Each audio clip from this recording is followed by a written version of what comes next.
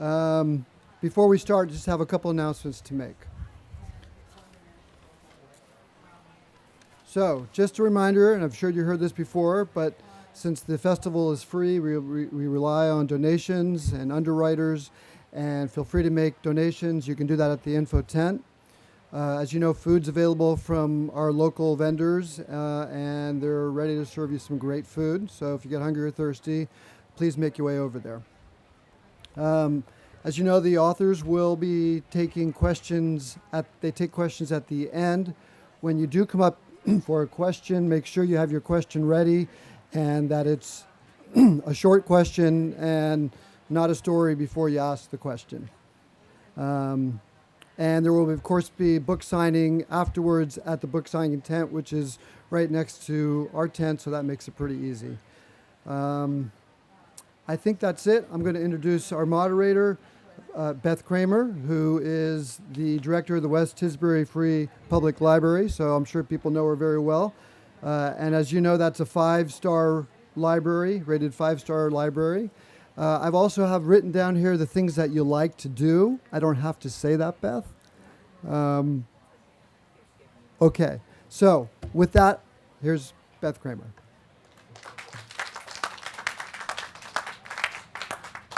I think this is, can everyone hear me? Okay, good afternoon and welcome. So I've just been introduced, and Sue Ellen had asked me to introduce Eric Klinenberg because as a member of the library community, I see firsthand what Eric's most recent book, Palaces for the People, How Social Infrastructure Can Help Fight Inequality, Polarization, and the Decline of Civic Life, is all about. We're very fortunate here on the Vineyard to be living in a place that really treasures its public libraries, all 6 of them. Each one is unique, each one reflects the values and the interests of their respective communities, and each one serves as a community center, providing the opportunity for lifelong intergenerational learning, cultural enrichment, and social exchange. What you may not know is that our libraries also provide food, shelter, and a safe place for all of us. The weekend before last, when the temperatures were in the high 90s, the West Tisbury Library served as a cooling station. So we had a place for people to be in, air conditioning with cold water, books, computers, and of course, internet access. Our libraries host these free lunches during summer and school breaks. We provide warmth in the winter for those who are cold, can't afford heating, or have housing challenges, and train staff to deal with many of the issues that face all of us. And most importantly, what our libraries provide is a place for us to meet others, reduce social isolation, and build community. And Eric's book, which I've actually read a couple of times before I knew that I'd be introducing today, is very timely in pointing out that as polarized as we are as a nation, American voters are undivided in their support of public works projects to rebuild our nation's transportation, food, water, and communication systems. And his book argues that rebuilding our social infrastructure is just as critical. Eric Klinenberg is a professor of sociology and the director of the Institute for Public Knowledge at NYU. He co-authored the #1 New York Times bestseller, Modern Romance, and is the author of the acclaimed books Going Solo and Heatwave. In each one of these books, what Eric does is he examines an important phenomenon under the lens of a social scientist, and then he crafts books that are factual, interesting, and immensely accessible. His latest book is no different. Palaces for the People, How Social Infrastructure Can Help Fight Inequality, Polarization, and the Decline of Civic Life is a fascinating read. And it was also named as one of NPR's best books of the year. Please join me in welcoming Eric Klinenberg. Thank you so much. That was such a nice introduction. I can't tell you how much I appreciate you actually being in this tent and not the other ones. Each of you has like the value of 4 or 5 people to me. And it's really important you're here because I brought my son for the first time on my book tour to come see it. And got really nervous that he's going to leave now because he made me promise I wouldn't talk about him when I got up here. But the last thing you want is for your son to see you give a book talk to an empty tent.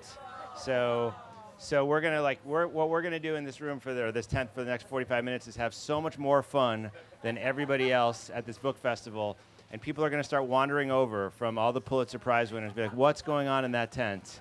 I want to get in on that. And the way that I want to get us going here is it's a Sunday, which is a good day for telling stories to each other, and I want to kind of invite you to understand what I try to do in this book by telling you a story about my own life. And this is a story from several months ago. It was that period between Thanksgiving and Christmas where the world's starting to change and you kind of are preparing for all the family coming and there are big things happening. And this was a really big period for me also because this book that I'll be talking about today came out last fall. It's called Palaces for the People, and the concept is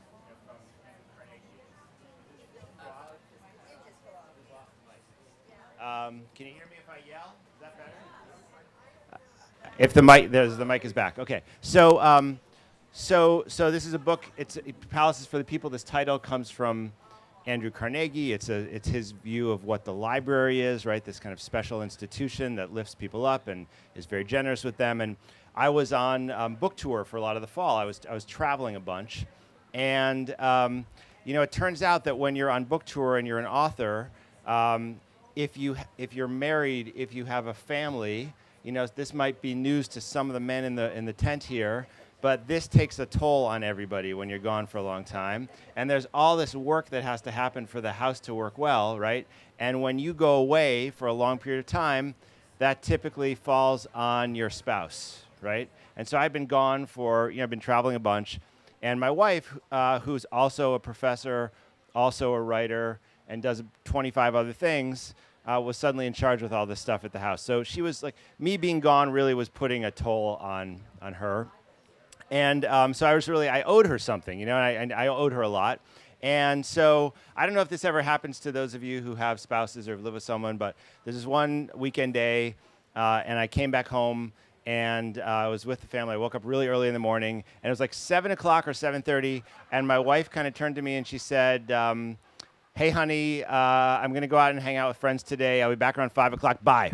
And she closed the door, and she was gone. Like, she was gone, and she was not coming back for many, many hours. And like I said, this is completely acceptable. Like, she had more than earned it. I was deep in the hole.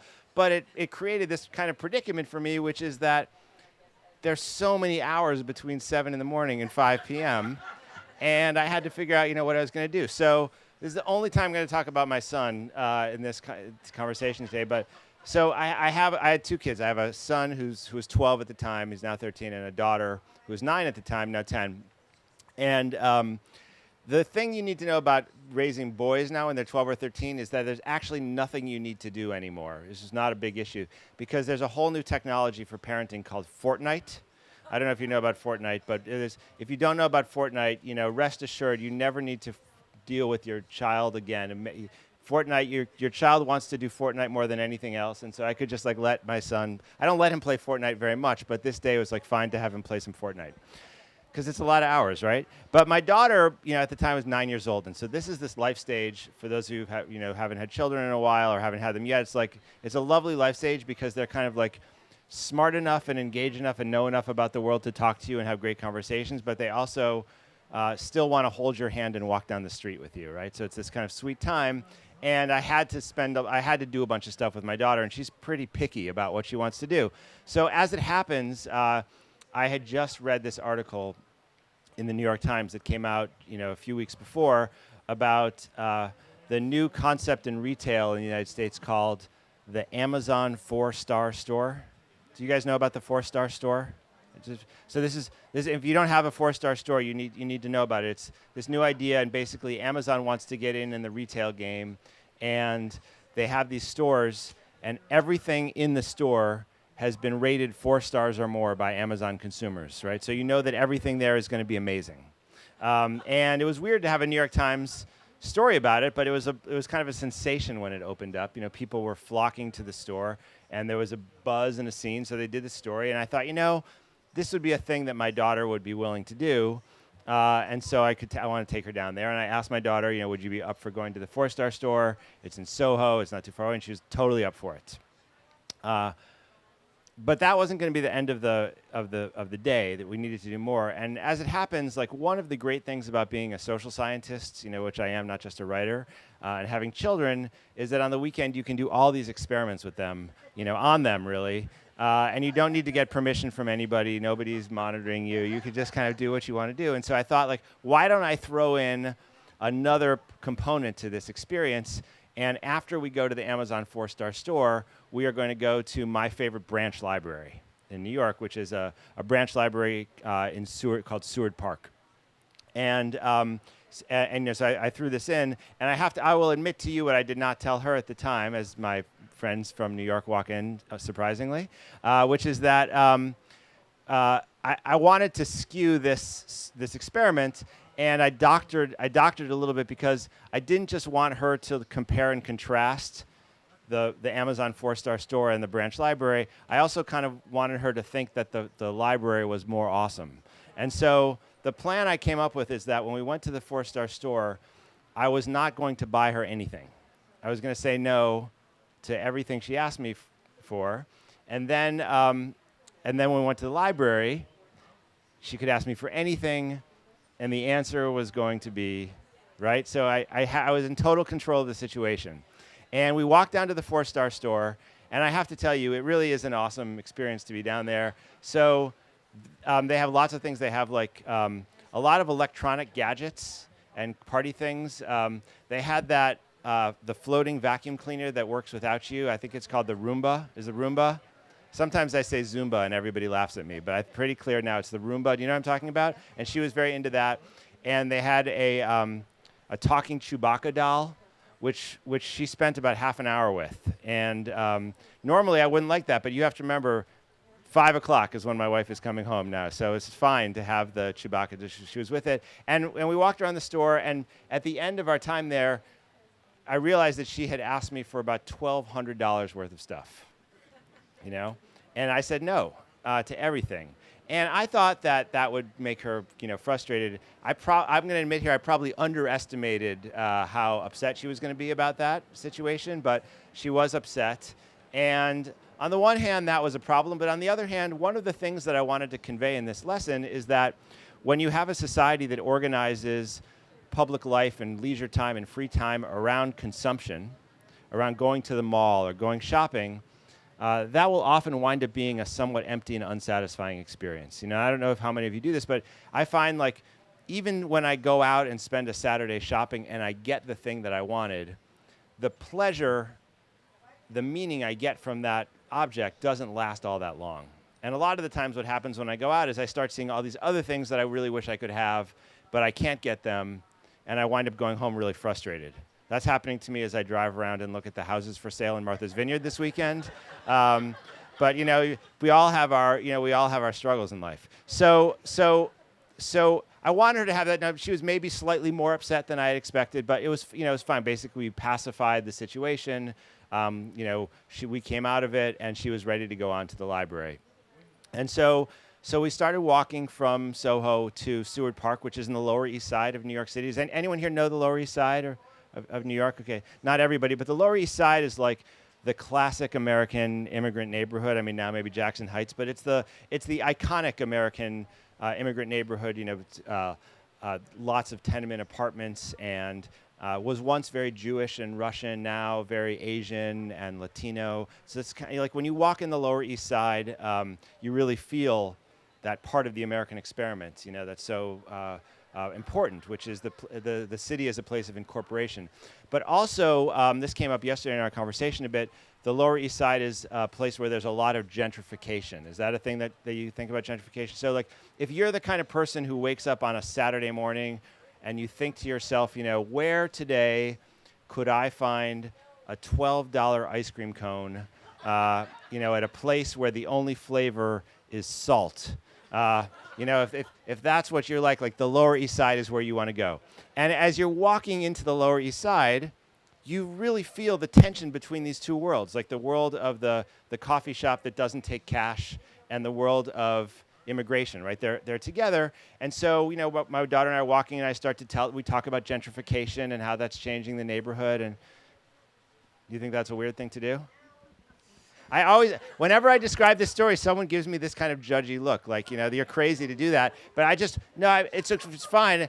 I want to let you know, like, my wife and I are college professors. We do not have $1 million to get our kid into college through the side door. So we really have to we have to teach them things. That's the only way they're going to be able to pull this off. So we're talking about this with this stuff. So we're having this great experience, and we're heading towards the Seward Park Library. And this is an amazing library. This is a Carnegie library, the kind of classic vintage. It's got the beautiful steps that lead you up into the entry room that has very large ceilings and these enormous windows. And the very design of the place is a signal to everyone who enters there that this is an institution that wants you and trusts you, and that's here for you, and will be generous with you. We'll expect the best of you, and we'll give you a chance to be the best of yourself. It's an amazing place. And I could see it off in the distance, and we got about 100 yards from the front door, and I realized that this brilliant plan I had come up with was about to fall apart. And the reason is that outside of the library, there was an enormous metal gate, and on this gate there were 2 locked padlocks, and the thing was closed.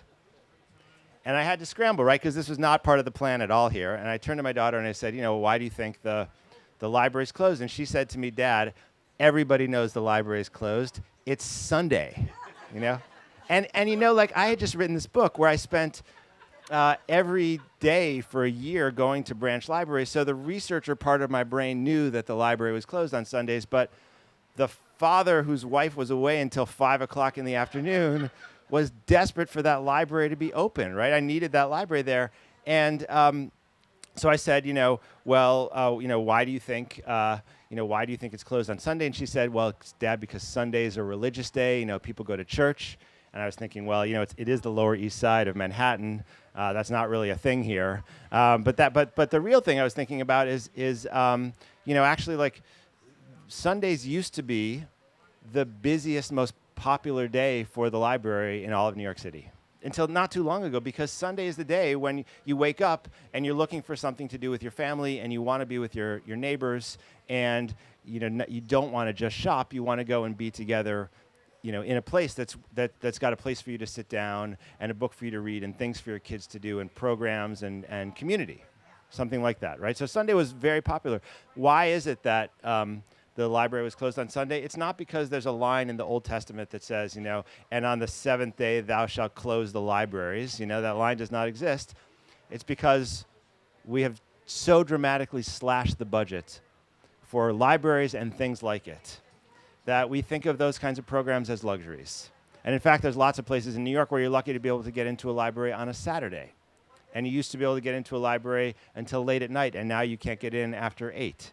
And in some places 6, because and we're lucky in New York City compared to places that are slashing the budgets for libraries and closing them down altogether. In England, they're selling them off for real estate.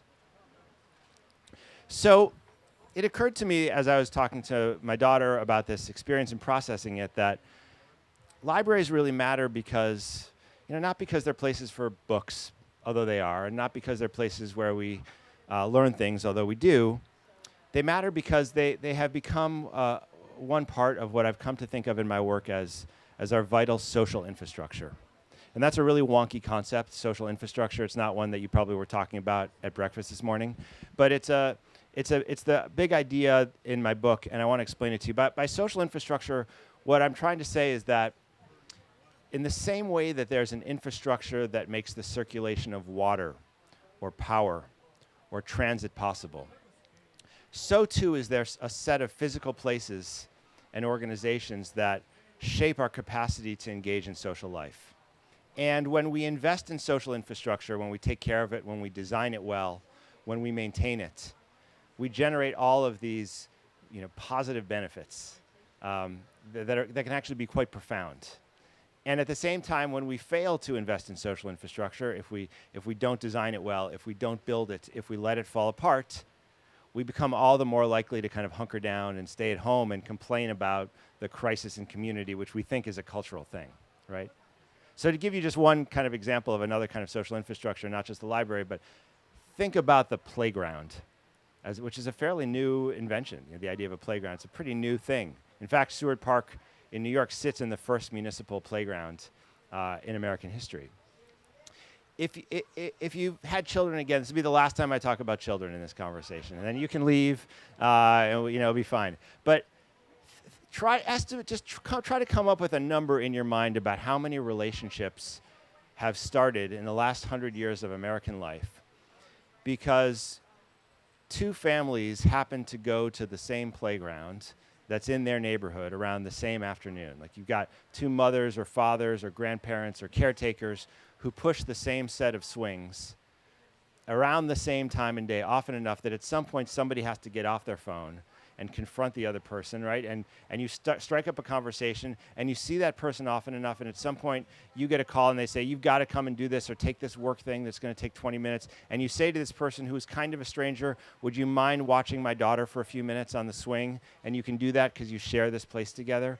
And next thing, there's a play date, and then the families get together. And it's my view that community happens, the thing that we're all chasing in life, this connection. It happens because there are these small incremental things that start in a playground, right? They start in some gathering place.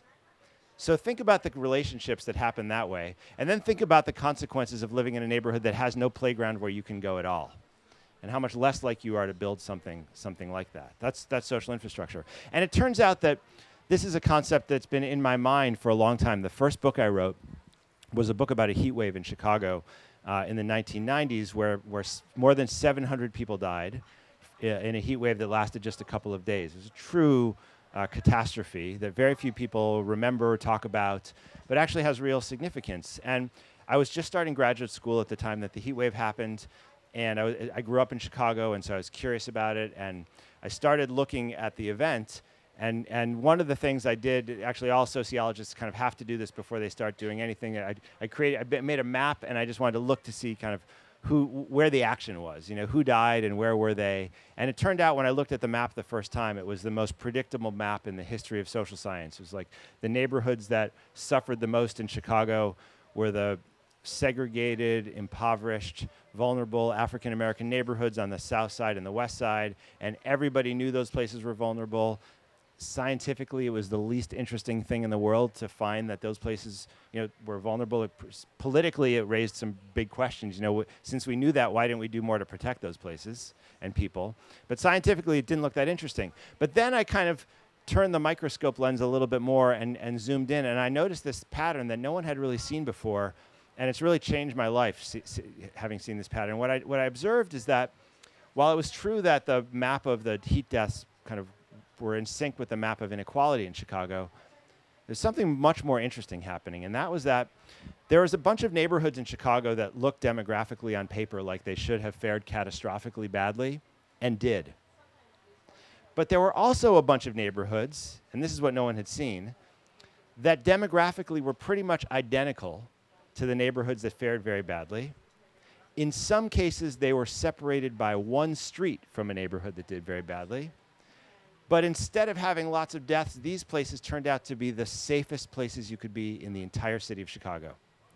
Safer than the Lincoln Park in Old Town, which is where I grew up, safer than the Gold Coast. These were literally what we call now the most resilient places in Chicago. And they were 99% African American and very poor, and nobody saw that coming. And the question was why? What made one place so vulnerable and another place so capable of surviving, given that they had the same people and were separated by a street? So I started to look really closely, and the thing I observed, and I'm going to just kind of use you all as props since you were so generous enough to come to this tent. Imagine like you've got this neighborhood here. We're going to call this neighborhood Englewood. And what's happened in Englewood in the decades leading up to the heat wave in the 90s is that a place that once had 120,000 people living in it has been shelled. It looks bombed out. The big industrial employers left. The banks and the grocery stores, the commercial sector left. People started to leave. Families got broken up. And what was left behind is a community of about 50,000 people, and there's lots of abandoned properties, abandoned houses, empty lots. The lots have debris and trash, weeds. They're blights. The sidewalks are broken down. There's not enough kind of political power collectively here to get the city to come and do things, so the place gets neglected. And what happens if you live in Englewood is you learn to survive by taking care of yourself and the people in your family, who live with you. But a lot of people are away. And the whole project of hanging out in the neighborhood to be part of sidewalk culture, walking around building friendships, that doesn't happen here as much because the conditions in the public areas of Englewood are really falling apart. They're pretty dangerous. And so people are hunkering down as a survival strategy, and a lot of people are living alone. And what happens in Englewood is that the heat wave comes, the power goes out, a lot of people don't even have air conditioning, it's very poor, and people stay at home. And you don't notice that your neighbors aren't walking around. You don't have, because there's not a lot of people who you see every day and say hi to every day who you know to look out for. So what happens is Englewood here turns out to be one of the most deadly places you could be in Chicago. Massive death rates. Literally right across the street on this side of the room, right over here, is a neighborhood called Auburn Gresham. Demographically almost identical to Englewood in 1995. But Auburn Gresham has stayed intact. The population level the same as it was 40 years before. There's no empty lots. There's no abandoned buildings to speak of. It's got a far more vibrant commercial sector than you would imagine. There's sidewalk life. There's nonprofits, neighborhood organizations. And if you live in Auburn Gresham, which is separate, again, one street away, you wind up organizing your daily life in a very different way. And here, if Suketu doesn't come out, Beth is used to seeing Suketu on his stoop and walking down the street, and she notices that Suketu wasn't there that day, and so she knocks on his door. And scale that up. And what happens is, in Auburn Gresham, the social infrastructure of the place means that it operates in a way that's completely different than Englewood. That's not a cultural thing, that's not a racial thing, that's not an economic thing. That's about the characteristics of the place. Nobody dies in Auburn Gresham. It's a completely different experience. But this is the crazy thing that really shaped my thinking about this issue and why it matters so much. It's not just about the heat wave. The life expectancy on this side of the street during ordinary times, the life expectancy in Auburn Gresham is 5 years higher than it is in Englewood. 5 years, right? That's a tremendous difference. And that's what social infrastructure is about. So years later, after the heat wave, I was living in New York City, and it was the fall of 2012. I had just been appointed the director of this thing at NYU called the Institute for Public Knowledge, which is a place that does a lot of kind of publicly engaged research. We have big working groups. We do a lot of events. And when I became the director of this institute, I announced that the big focus of our work was going to be climate change and the city. And 1 month after I took over that job, Sandy happened. How many of you guys remember Sandy? Or how many of you feel like you were touched by Sandy in some way? Like it came?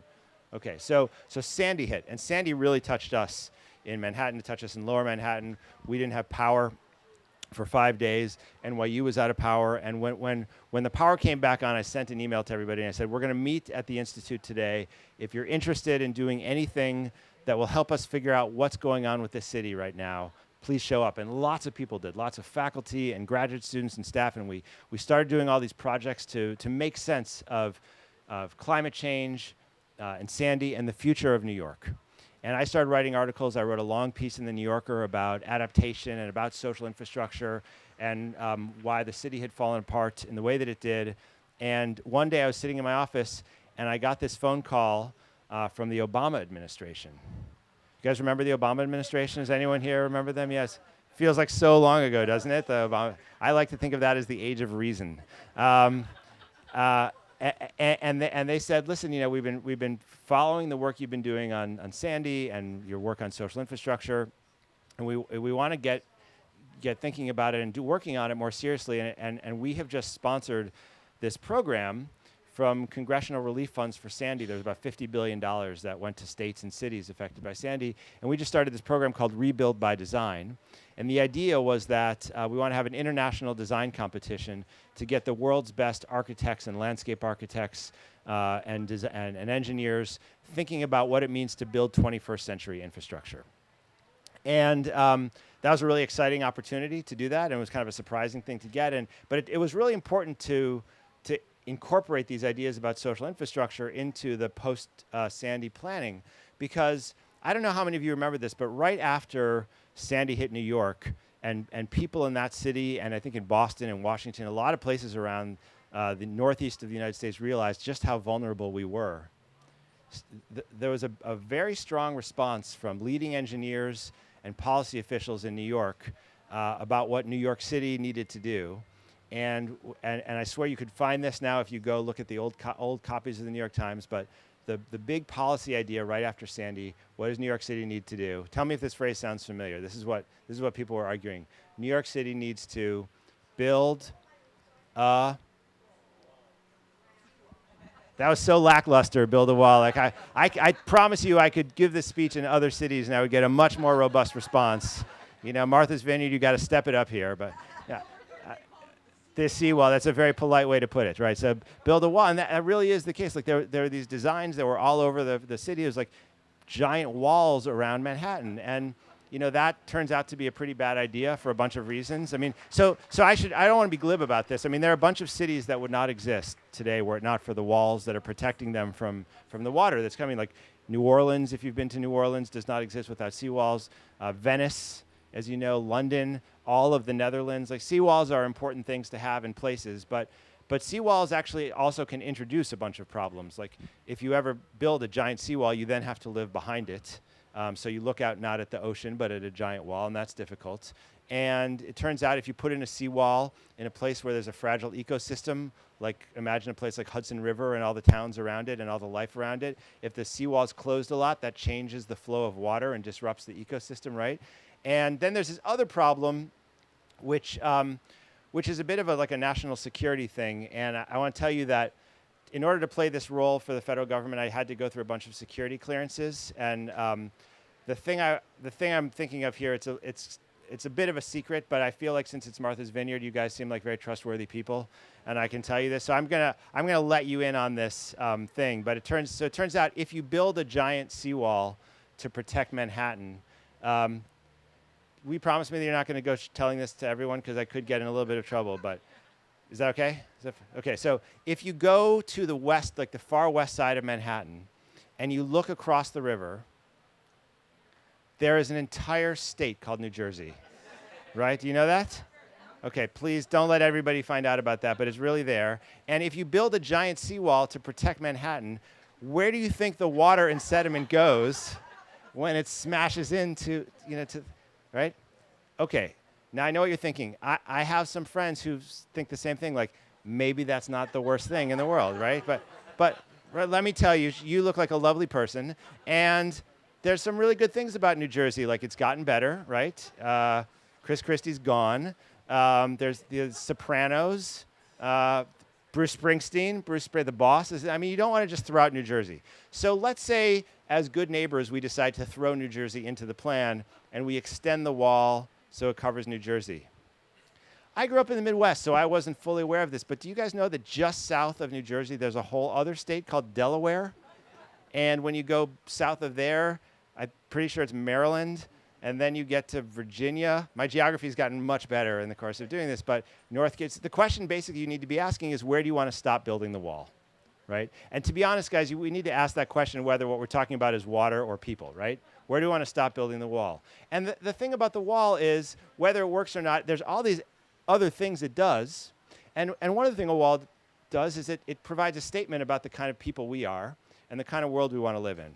And the wall, as an infrastructure, basically says we're going to protect the people who are on the lucky side and to hell with everybody else, right? And that's a real issue if we try to get out of this climate situation with walls.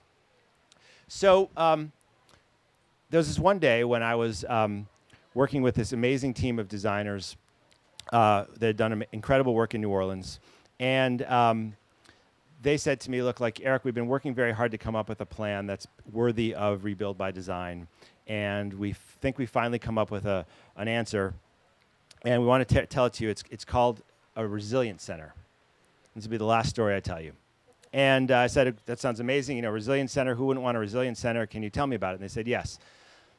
Imagine if we had a building that we put into a vulnerable neighborhood, a place that had real needs. And this would be a building. We have an idea for a town in Connecticut that could really use this resilience center, but we honestly think, Eric, that it could be scaled up. We could put buildings like this all over the country. So imagine a building that was public, that was built very generously, so it was very accessible and welcoming. It was meant to be a kind of home away from home for everybody in the neighborhood. It had a lot of different rooms, and the rooms were programmed so they could do different things for different people. It had professionals who staffed it, resilience professionals whose job was to be like aggressively welcoming in the neighborhood, to make sure everyone knew that they were wanted there. They said, we want everybody in the town to feel like they can come to the Resilience Center, but it's really going to be used the most by younger people and older people because they're the most tied to the neighborhood. They tend to be here the most. So like for the young people, we probably have like some special programs in the morning. We maybe do story time and sing-alongs. We could have crafts courses and things like that, And young people don't just walk to the Resilience Center by themselves. Everyone knows this. They come with grown-ups, so we'll have like comfortable seating for grown-ups, and maybe we'll have Wi-Fi access and machines they can use. And then for older people, we could do book clubs and current events conversations, and maybe film every once in a while. We think this is such a great idea, Eric. What do you say? And I've been a professor for a long time now, so I know when someone pitches you an idea they're excited about, the first response is always, wow, that's a really interesting idea. Thank you, great job. So I did say that, but then I also kind of paused for a beat and said, have you ever heard of a library?